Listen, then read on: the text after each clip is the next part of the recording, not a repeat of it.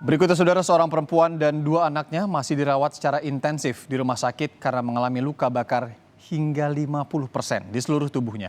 Luka bakar ini diperoleh karena suami sekaligus ayah korban dengan sengaja menyiram bahan bakar ke istri dan anaknya karena diduga cemburu. Ketiganya menjadi korban KDRT karena diduga dipicu percekcokan antara pelaku dan salah satu korban yakni istrinya. Peristiwa terjadi pada hari Rabu lalu dan pelaku tiba-tiba menyiramkan bensin ke sekujur tubuh istri dan dua anaknya dan menyalakan api. Korban sempat menyelamatkan diri dengan lari keluar rumah dan meminta tolong kepada warga sekitar. Untuk mengetahui perkembangan kasus ini, kita akan tanyakan langsung kepada AKBP Dimas Prasetyo, Kasat Reskrim Polres Jakarta Timur. Pak Dimas, selamat siang. Terima kasih Pak sudah menunggu dan meluangkan waktu di siang hari ini. Pak Dimas, jadi sebenarnya kita langsung ke kondisi korban dulu. Ini benar ya, ada satu orang perempuan yang diduga istri dari pelaku, kemudian juga dua anak kecil. Bagaimana kondisinya saat ini Pak?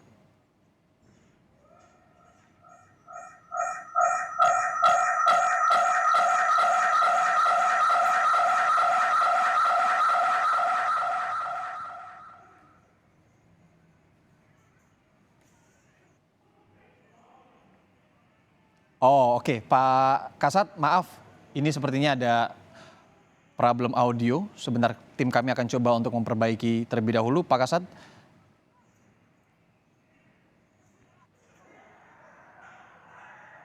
Pak Dimas, mohon izin boleh pegang mic-nya agar audionya bisa keluar? Iya.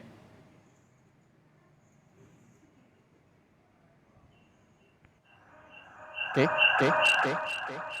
Kita coba tanyakan lagi Pak Dimas, sudah bisa mendengar suara saya ya? Iya. Oke, Pak Dimas. Iya, terdengar Oke. Mas. Silakan Pak, kembali ke kondisi korban saat ini dulu mungkin ya. Iya, jadi pada saat ini kondisi korban yaitu ibu dan dua orang anak sedang dalam perawatan intensif di rumah sakit. Hari Sabtu kemarin si ibu sudah dilakukan operasi plastik yang kemudian rencananya pada hari ini akan dilakukan perawatan yang sama terhadap kedua anak korban, demikian. Oke, tapi masih bisa terselamatkan begitu Pak ya?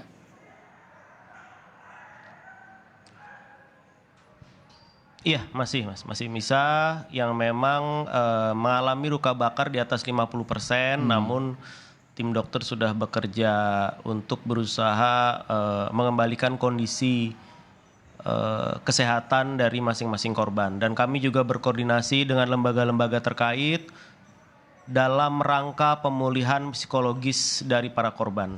Demikian.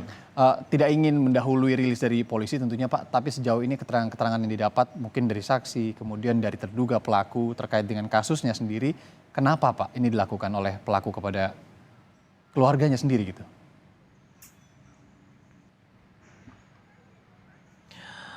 Untuk sementara ini keterangan awal memang dikarenakan karena adanya rasa cemburu dari pelaku terhadap korban.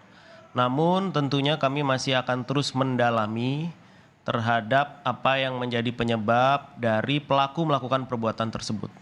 Oke, motifnya tentu masih didalami Pak. Kalau status pelaku sendiri berarti sudah tersangka yang ditahan juga atau gimana sih Pak? Iya, pelaku pada saat ini statusnya adalah sebagai tersangka dan sudah kami lakukan penahanan.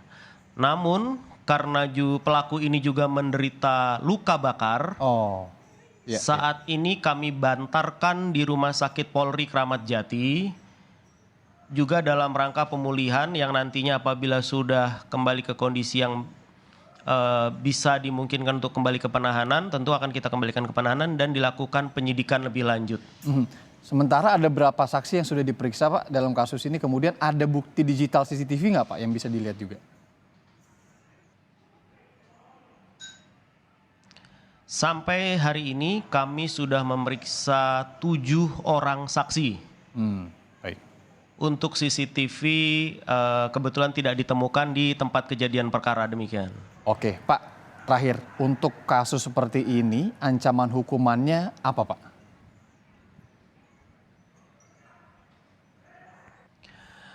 Kami menerapkan pasal 44 Undang PKDRT dan juga pasal 187 KUHP dengan ancaman hukuman 15 tahun penjara. Oke, baik. Satu lagi deh, Pak Dimas. Ini kalau terkait dengan hal-hal semacam ini mungkin ada Ya. pesan kepada masyarakat, Pak Dimas. Bagaimana kemudian mungkin untuk tetangga sekitarnya kalau menemukan kasus-kasus seperti ini agar cepat segera melaporkan ke polisi gitu.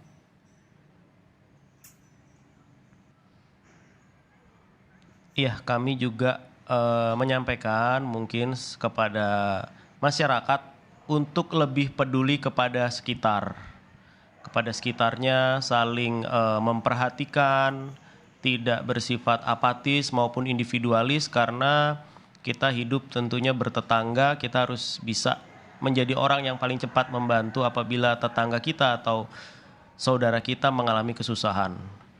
Kemudian saya juga menghimbau pada kesempatan ini kepada pihak-pihak agar tidak memanfaatkan momentum ini jadi seperti penggalangan dana dan lain sebagainya karena kami informasikan bahwa terhadap korban untuk perawatan secara gratis.